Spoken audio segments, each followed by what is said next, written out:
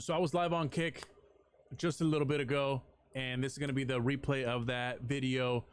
Basically, one of my Kick homies on Kick, he's a tattoo artist out of New Orleans, and he pops in from time to time, asks some good questions about tattooing, and I thought it was a good conversation. I hope you guys find some value in this. We talk about tattooing, we talk about marketing, we talk about different ways to like maintain your clients, your client list, stuff like that. Different ways to basically keep your shit organized. So hope you guys like this video. I know I haven't been posting a lot on this page, but if you guys are cool with me reposting VODs from live streams that I do, let me know in the comments. Or if you guys want to come check it out live, ask questions yourself, you can check me out here, Ink Easy on Kick and Twitch. Or you can follow me on my Instagram pages as well, Ink Easy and I Am Elvis Tattoo, 2 separate pages. And check out my brand page, Stained Crown, which we're not sure exactly what we're doing with that, but the message is clear. You know, everybody's on a journey to reach their own goals, to reach their own crown, their own polished crown, and that's what life is, man. So reach that crown, earn your crown. All right, is that music too loud? Is it overpower my voice, or are we chilling? We chilling.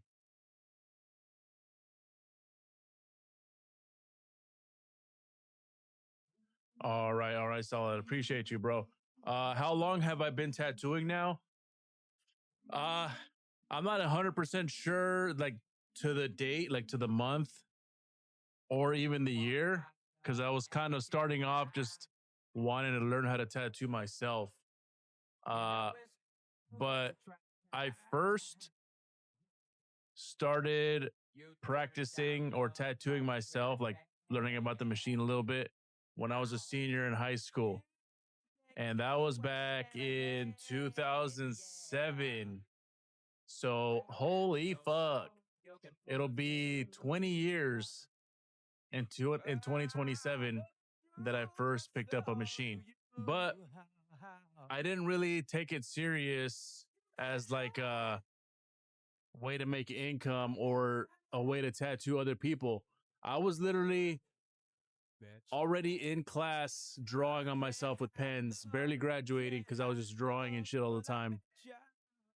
And one day this kid came to school with a tattoo he did, and I was like, yo, it never clicked. Like, I never thought about looking up information. Well, I guess the internet wasn't as like, I wasn't using the internet like that, like to search useful shit. I was just using it to look up stupid shit, you know? And this kid came to school with a tattoo that he did, and then I went up to him and I was like, yo, teach me the way, you know? And he was like, oh, I just ordered a machine out of a magazine. And I was like, what the fuck? You can do that? So I ordered my first kit out of a magazine. This had to have been like mid 2007. And I started watching videos on YouTube, you know, how to tattoo, how to set up machine. Or actually, no, this part happened later. I was gonna say I started learning from people that were tattooing me, but that was until I was already like 18.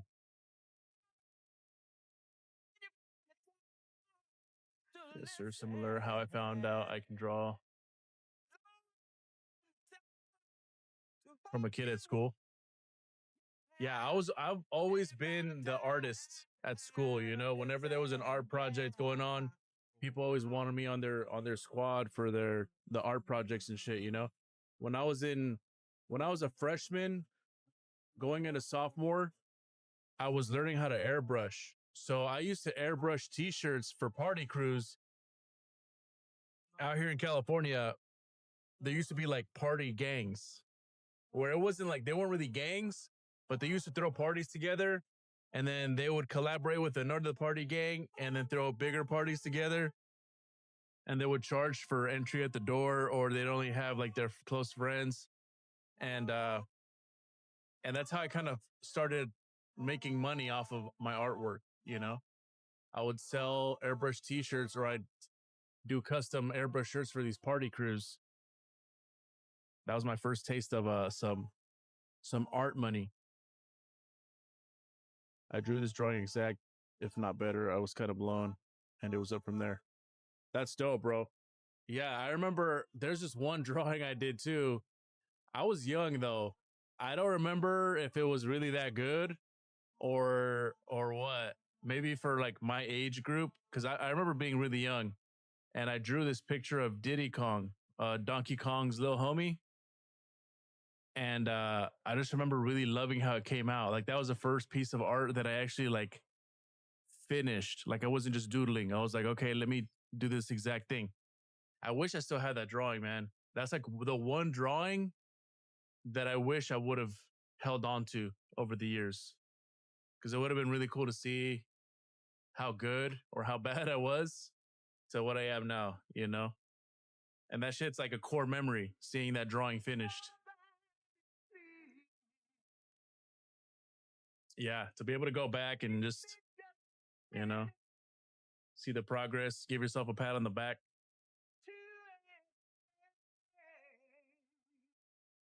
I gotta change that link real quick. That keeps popping up on the chat. That's not a current link. Let's see. The Botrix, yeah.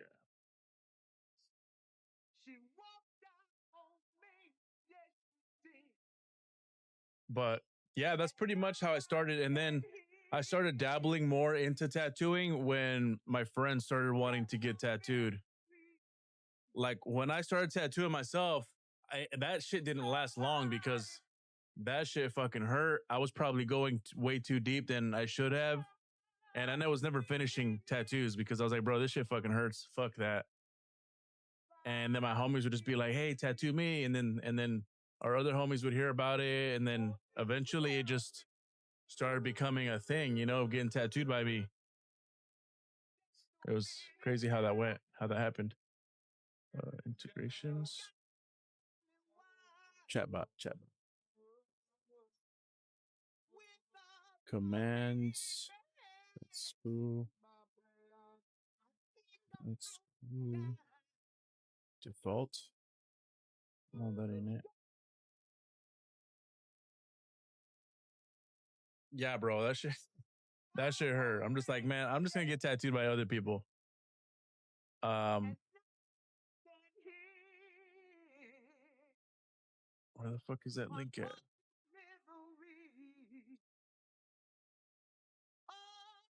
Botrix. Yeah, Botrix. Alerts. Oh. Timers. Oh, timers. Okay. Go. Let me edit this right quick.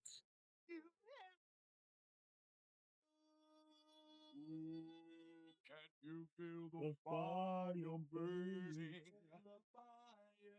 Can't you see the wheels are turning? There we go. Yeah, and then eventually, you know, I graduated high school. I joined the Marine Corps and I was still dabbling in tattooing, but I wasn't really seeing it as like a career path, you know, like I want to pursue tattooing like that. It was just something I really enjoyed doing. And I was basically only tattooing, only charging enough to keep tattooing because I was making money doing other things. And then when I got back from my deployment, I went to Iraq for like half a year or a year. And I started working at a coffee shop. And this coffee shop, bro, I was working like 40-hour weeks, bringing home like $300. And I was tattooing on the weekends.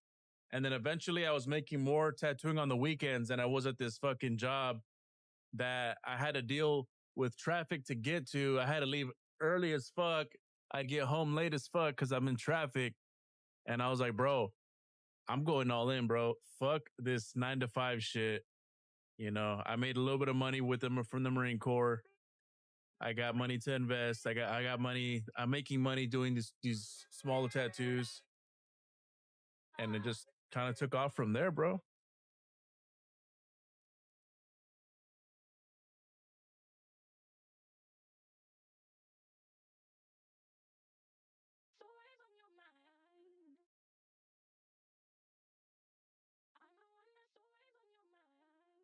Let's see.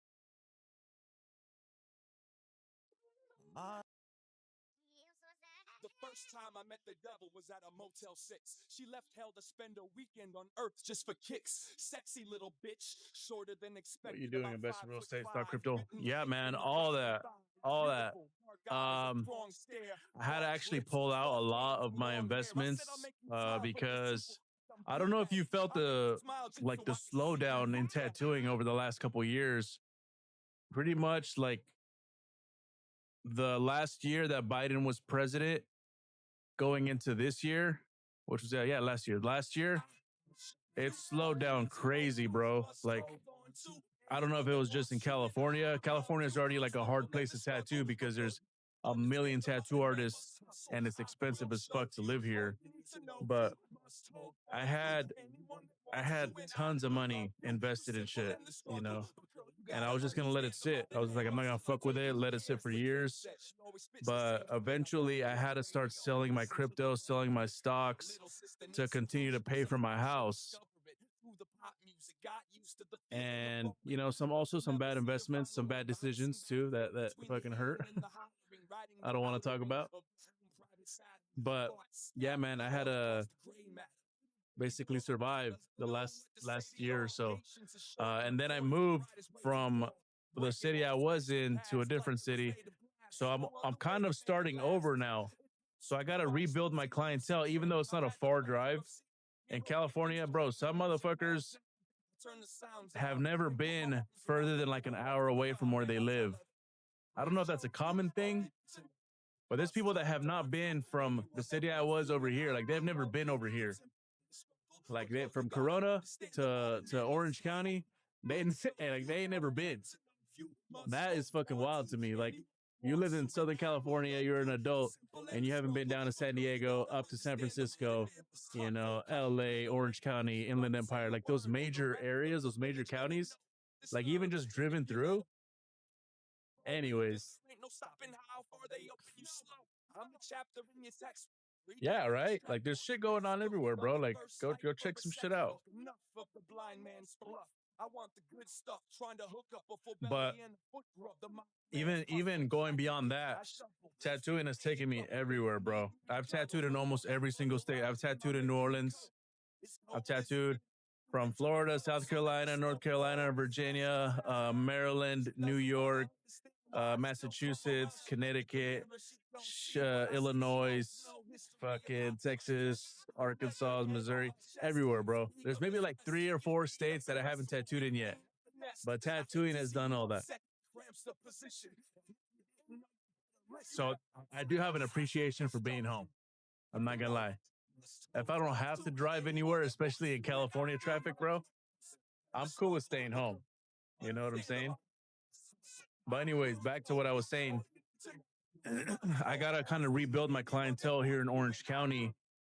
Even though Orange County is where I started tattooing professionally, the first shop I worked at is actually the shop that I'm at now. So fucking 15, 16, however many years ago, I started at Pachuco Tattoo. And then from there, I started traveling. And then I was gone for traveling hard for like a few years. And now I moved I moved to Orange County and now I'm working back at Pachuco again. It's been a full circle, but I got to rebuild that clientele. You know what I'm saying?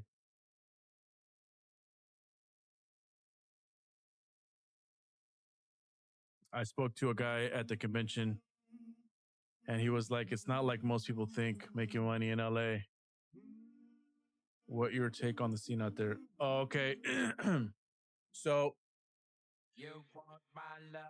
there's money out here. Don't get me wrong. There's money out here, but the majority of the people out here are living paycheck to paycheck. They're working together with their family members to pay the rent, to pay for groceries, shit like that. A lot of people don't have extra money to just get tattooed. And the amount of tattoo artists there's more tattoo artists in Southern California. And I don't know this for a fact. But if I had to put my money down on it, there's more tattoo artists in California. There's more dope tattoo artists in California as a whole than anywhere in the country. Like everybody that you run into knows a tattoo artist or has a tattoo artist already. It's crazy out here. Same here, paycheck to paycheck. Yeah. So I think the biggest thing right now is if you have a clientele and you nurture that clientele and they keep coming back, that's the way you build your clientele slowly. Out here, you can't just show up and like, damn, people want to get tattooed by you. Unless you have some clout like on the internet or you got some fame or you've tattooed some big names, you know? Cause like the homie Herschel, he works at Pachuco Tattoo. Well, that's his shop. He's tattooed all kinds of celebrities. He's known as like the tattoo artist of the culture, you know, Mexican, American, Hispanic. So he has a lot of people, a lot of first timers coming to get tattooed by him, coming from all over the country, you know, just to get their first tattoo or get another tattoo from him. So he's built like almost 2 million followers over a few platforms that has allowed him to stay busy because of that, you know?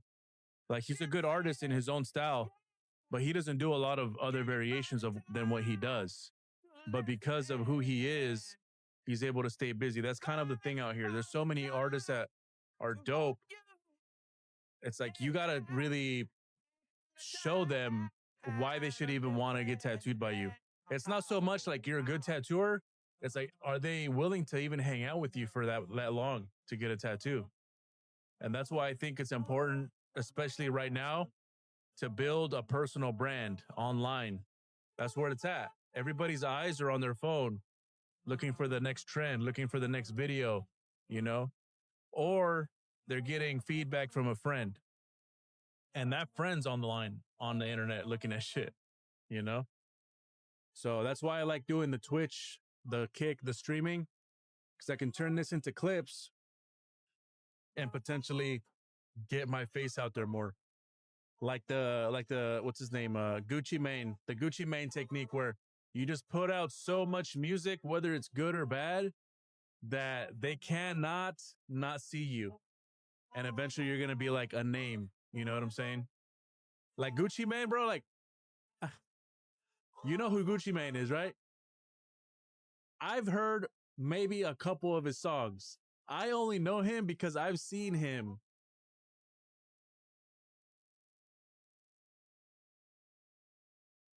Yeah, I mean, I've probably heard more and I'm not aware of, but I feel like I know of Gucci Mane because I've seen him so much on the internet. Somebody talking about him, a rapper talking about him, a music outlet talking about him because he's got so much music out there.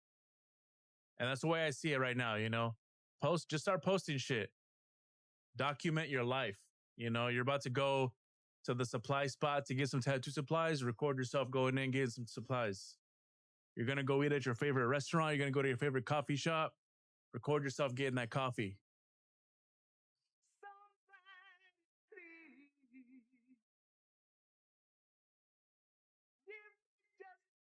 Yeah.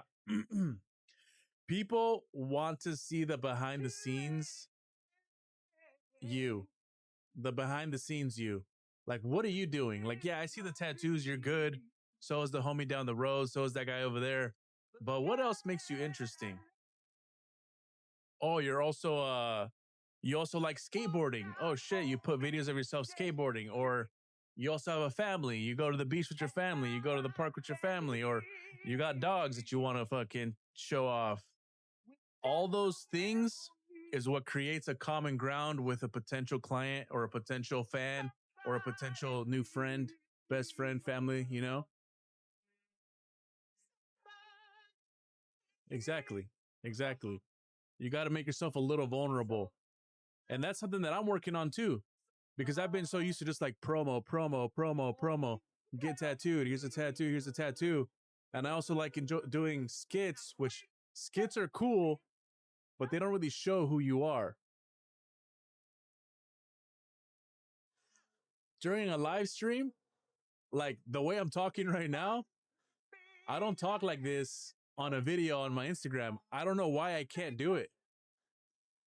Like you'll never see me talk like this on a social media post unless it's from a clip from from my streams,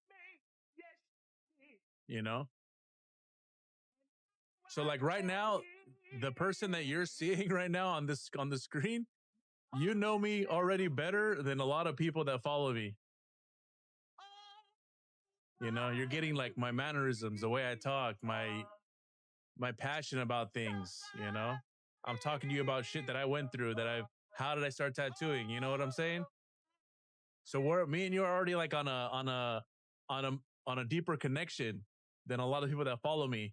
And a lot of people that follow me don't get tattooed by me because they don't know who I am. You know what I'm saying? And vice versa. Like I like dope tattoos. I like getting dope tattoos. So I'll pursue artists based off of their work.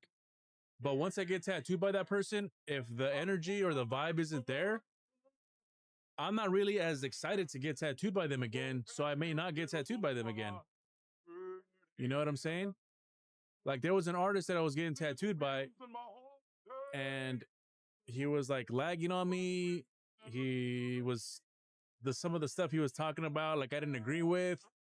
And it was like, all right, man, like no hate or shade, but I got my tattoo. I'm cool. I'm just let's just keep it like that, you know?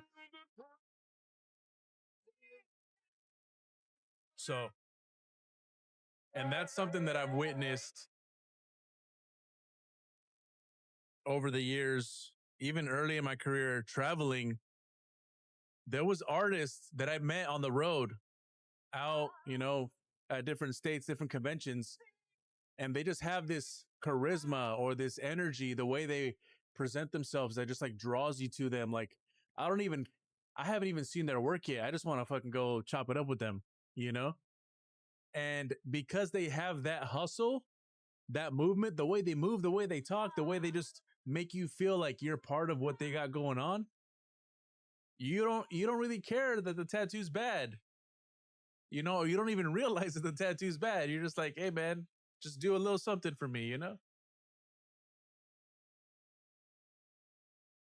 Yep, 100%. And that's hard. That is hard, especially depending on how you grew up. I got a huge fear of like judgment, you know?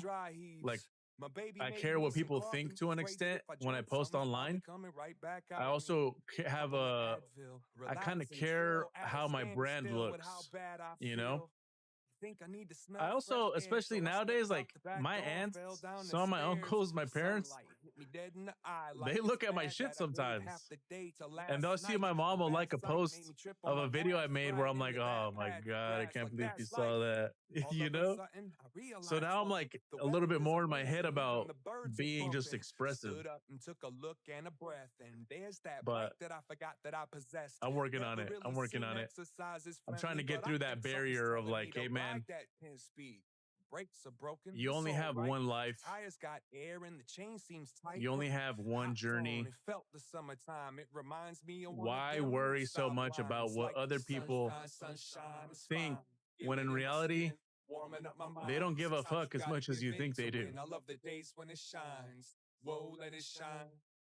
Sunshine, sunshine is fine. I feel it in my skin. Yeah. And that's the thing too, like the internet isn't real. I think that's what I'm starting to become more aware of is that the lifestyle that people pursue, the personalities, the alter egos that people put online, they're just characters. They're not real. None of this shit is real, bro. You know? The realest thing, and I think this is why live streams are becoming more popular right now. And I've actually had a couple homies start live streaming. It is very hard to keep a persona on a live stream for more than like, you know, whatever, an hour. Charleston White, perfect example. Yo, that fool was crazy. bike around these lakes. That man, fool's feeling funny like as I hell, finally figured out my but escape also plan, some of the take it shit he all says, in I'm one like, day, started off all wrong, but somehow now that I want to meet this hangover is guy. I need all to see, gone. like, is this guy Ain't for nothing real? like the sound of the leaves when the Is he breeze really that penetrates these person? Southside trees. I don't know. Feeling I like don't the know. Kinswan, Some people watching don't the give a clouds, fuck whether you're forgetting online or not. stress, Like, they're thinking going to about be who I'm they're going to be. alive. It's so But simple. for the I most had to part, keep the song simple. And when I get home, I'm gonna open all the as soon as a windows. camera Feeling comes out, alright. Stopped at a stop sign. A car people are pulled like, up, bumping Fresh whoa, Prince whoa, of whoa, let me tone it Summertime. down. Let me. Summer, fine. I feel it in my skin, warming up my mind. Sometimes you gotta give in to win. I love the days when it shines. He said he tried the Whoa, positive let way, it didn't work. Yo, hey, that's also the Andrew Tate effect, right? Like Andrew Tate deliberately was saying some out of pocket crazy shit, which a lot of it to me made sense, but I just wouldn't have worded it the way he was wording it. But that motherfucker went from nobody knowing about him to being the most Googled man on the planet for like a year. And now he's a name that people know, Andrew Tate. Right? Like he figured it out, but he also already had money, so he didn't give a shit. Like if I get canceled, I don't give a fuck. I'm still rich, so I need to figure out how I can get rich, so that way I can really be like, hey, fuck everybody, this is me, take it or not. Rodeado de necesidad. 100%, man. When you get that money, that's what they say. You get that fuck you money. That fuck you money. And you know what? Like, I've also come to realize tattooing is not gonna be that path. Tattooing is not gonna make you a millionaire. You gotta find other avenues, potentially servicing tattoo artists. And that's why a lot of, like, I have friends that are working on products, you know, redesigning stuff that already exists. There's a guy that investing courses. I'm not a huge fan of the courses because I feel like that's diluting. It depends. It depends. The course is like a gray area, you know, because I wanted to provide courses, but also it's like, how do you determine if somebody's like been tattooing and is ready for those courses, or somebody that doesn't know what the fuck they're doing? They've never worked in a shop and they're taking these courses and learning how to tattoo that way, you know, when a lot of these courses aren't for that. But the other thing is creating your own products that can be, you know, sold over and over again, whether physical or digital. Like, have you heard of Tattoo Smart?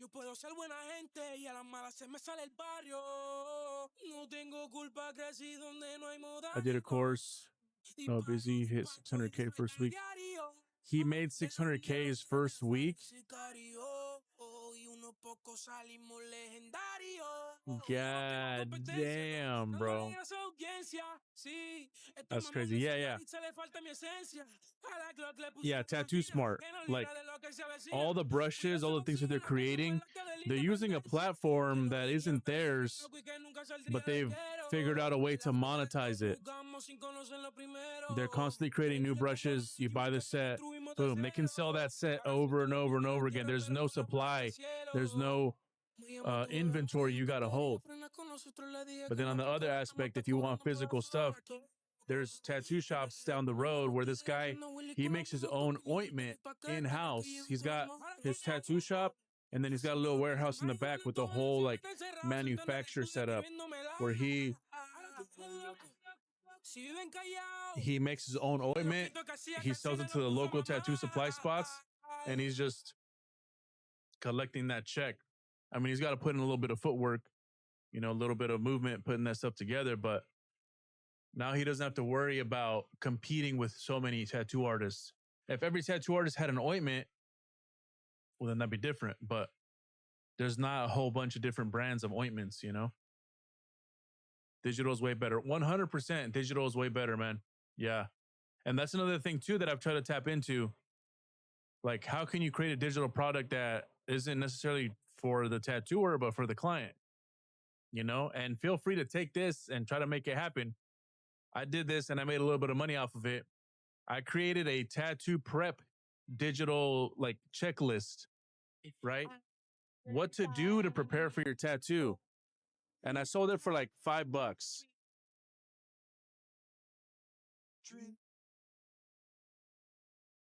Definitely got to get past trading time for money. Yeah, 100%. 100%. But yeah, so I created a PDF checklist that people can buy and print out, and it has weeks prior to getting tattooed. Start doing this, start doing this, start doing this, start doing this. Boom. The day before your tattoo, do this, get this ready. The day of the tattoo, dress like this, take that, take this. And then the day after or the weeks after, the aftercare, do this, do this, do this. It's basically pre, during, and after care sheet that I sold for like $5. I didn't make a whole lot. I only promoted it for like a month. I sold maybe like, I probably made like $400 or $500. I sold a bunch, but you know, it wasn't like, I think because the money didn't come right away. I'm gonna push that again, bro. Now that I think about it, I just gotta tighten it up. Gotta tighten it up. But yeah, feel free to do that, bro.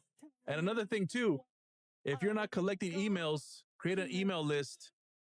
There's a lot of softwares where you can do mass emails, mass fucking whatever. And that's a good way to maintain a clientele. Take that clientele wherever you go, unless you move out of state. But for digital products, you can do a mass text, a mass email, and be like, hey, everybody, check this out. Job form I use at the moment. Okay. I'm not familiar with job form. I've heard of it, but I'm not familiar. But as long as you can send messages on that platform, that works.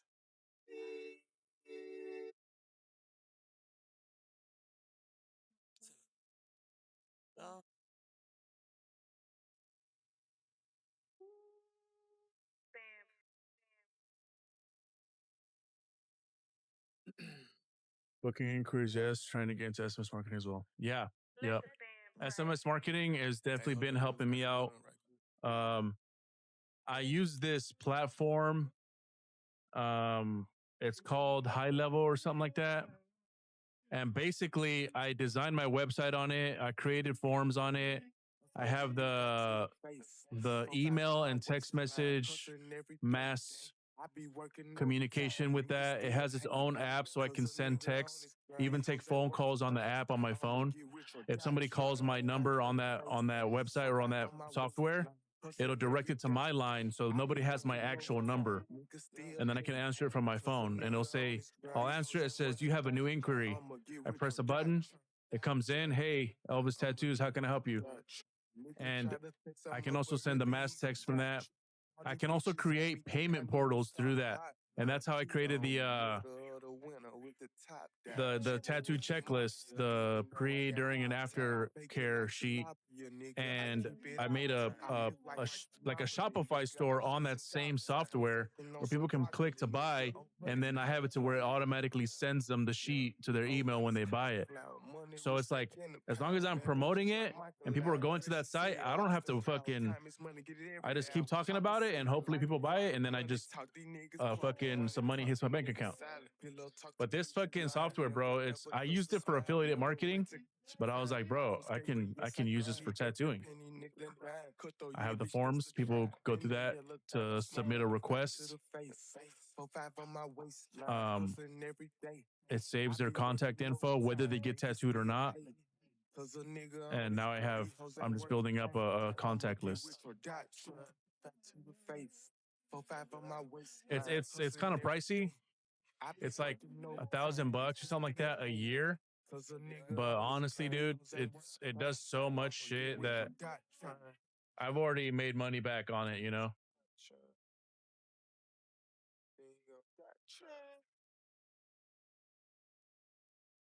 Yeah, yeah, $1,000 a year. I mean, they have different tiers and different levels, but I think that's more for like if you're doing big numbers, you know, like you got a half a million emails type of contact list. I only have like 7 or 8,000, you know, which is to me is a lot. So I don't need all the extra shit. because it also does charge you once you pass a certain amount of text messages, then it starts to charge you, like $10 for every 5,000 or something like that, which is still doable. 10 bucks to send 5,000 emails or 5,000 texts. I mean, the emails is a lot cheaper. Like text is like 10 cents a text or some shit like that. And then the emails is like half a cent or some shit like.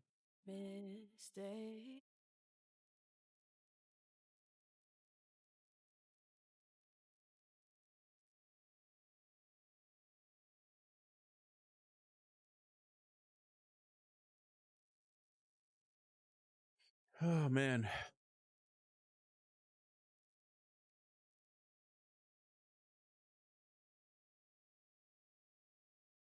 Yep. And like if it slows down, like I've been sending emails not as much as I should. I definitely should be more on it. Um so that way like when I have availability, like a week ago I sent out a mass text just reminding people that I moved, and I had like 4 or 5 people reach back out, and 3 of them booked an appointment, and that's off of just sending it one time. So if I do that once a month, twice a month, eventually people are going to see it enough and be like, all right, he's been hitting me up every month.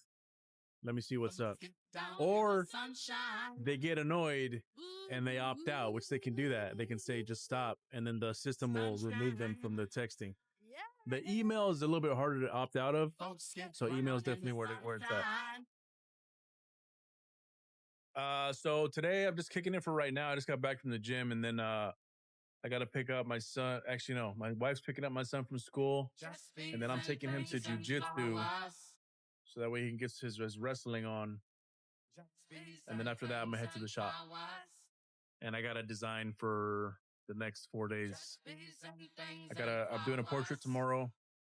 I'm doing the hands God touching man on Thursday. And then Friday, I'm doing this like this octopus tentacle guy with a robe. It looks pretty sick. And then Saturday, I'm doing an octopus with some goggles, like an octopus on goggles. Everybody loves the sunshine.